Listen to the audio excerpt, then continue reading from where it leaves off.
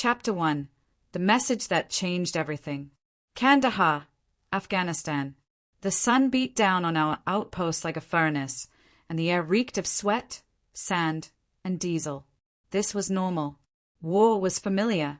But betrayal? That wasn't. I had just come back from a grueling 12-hour patrol, every muscle aching. All I wanted was a moment of stillness. Maybe even a video call home to see my wife's face. Instead, I found her name in my inbox. Subject: we need to talk. My stomach dropped. Nothing good ever followed that sentence. I opened it. Hey Jason. I've decided to move on. I filed for divorce last week. Luke's living with me now. He's been a real support. I also entered the joint account. I had to secure my future. Hope you understand. Alyssa. That was it. No explanation. No hesitation. Just a blade through my chest via email. Around me, soldiers moved, engines roared, radios clicked, but I heard nothing. Just static. I didn't cry. I didn't lash out. I whispered one word to the dusty air. Understood. Then I stood up, took a breath, and made a vow. She wouldn't see what was coming. Chapter 2. Tactical Response. Homefront Edition. I wasn't just a soldier. I was an intel officer. I tracked threats, exposed lies, and dismantled systems from the inside out. She thought I'd be helpless, broken, distracted. She forgot who I was.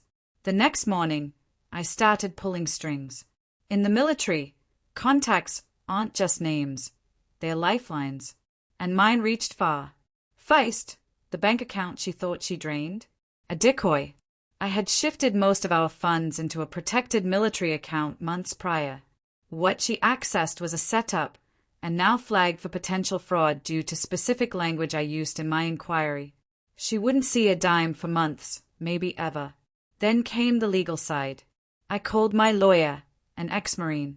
He didn't say much, just laughed and said, "We're gonna fix this, brother. All of it." While Alyssa played house with Luke in the home I built, I gathered everything. Financial records, mortgage details, screenshots of her email, my official deployment orders, even doorbell cam footage, courtesy of cloud backup, and the nuclear option, a power of attorney form she'd signed before I deployed, giving me full control over our assets. She forgot about that. I didn't. I kept quiet, patient, focused. She made her move. Now it was my turn. Chapter 3. The checkmate begins. 2 weeks later, my lawyer filed a legal barrage. Fraudulent transfer of marital assets. Abuse of power of attorney. Illegal occupancy of military-designated property. Yes, military-designated. During my last tour, I'd moved our house into a military trust, something she never asked about. That made Luke an unlawful occupant on protected land. The bodycam footage my attorney sent said it all. 6 a.m. The sheriff knocked. Luke answered in boxes, smug, until he saw the uniforms. "Say, you're trespassing on federal property. You've got 30 minutes to leave." Alyssa stormed into view, yelling, "This is my house!" "Not anymore," they said. I watched from 7,000 miles away, drinking scotched instant coffee and finally smiling. The next day, my lawyer filed under the Service Members Civil Relief Act. Divorce paused. Assets frozen. Property locked down by military court order. Alyssa and Luke? Homeless, broke, and stuck. I still wasn't finished. Chapter 4. The Return. 3 months later, I was back on U.S. soil. I didn't stop to see family, didn't call friends. I walked straight into the courthouse. Alyssa sat there, pale and fidgeting. No Luke in sight. He disappeared after his trespassing charge and a potential civil lawsuit. Apparently, real love can't survive legal liability. She tried to speak. "Jason, please. I didn't mean for it to be like this." I looked her in the eye and said, "You're right. You meant for it to be worse." Then I sat beside my attorney as he handed the judge a thick folder. Inside, every document, Every lie. Dating app messages. The POA she signed. Proof my deployment was in a combat zone, meaning heightened legal protections. The judge flipped through it all, then looked up. You've got a serious problem. The divorce? Paused. Her actions. Ruled as abuse of legal process. She had 72 hours to vacate my home. My lawyer leaned in. She just got evicted from your life. Chapter 5. The final blow. She cried. She followed me outside, rambling about Luke's promises and her confusion. I didn't reply. I didn't need to, because the real blow had already landed. While deployed, I spoke to a JAG officer about the USFSPA, the Uniformed Services Former Spouses Protection Act. It outlines what a divorced spouse can get from your military retirement and benefits, only if they meet the criteria. Alyssa didn't. Cheating?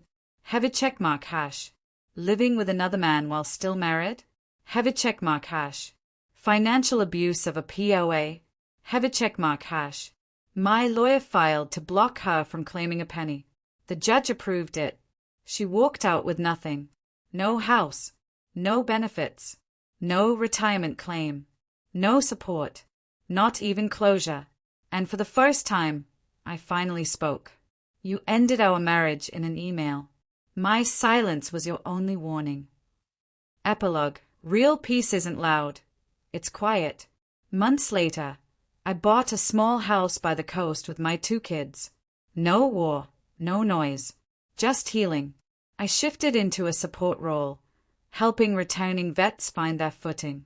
I never trashed Alyssa to the kids, but the truth came out on its own. Kids always figure it out.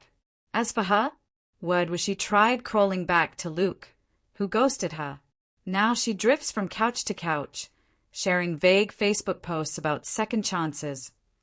No one replies. Me? I'm not angry. I'm not even vengeful. I'm just free. Writing hand # what would you have done? Drop your thoughts below. Thumbs up sign like this story.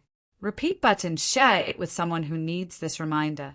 Bell subscribe for more raw, real stories where betrayal meets justice. Because sometimes the quietest revenge is the loudest echo.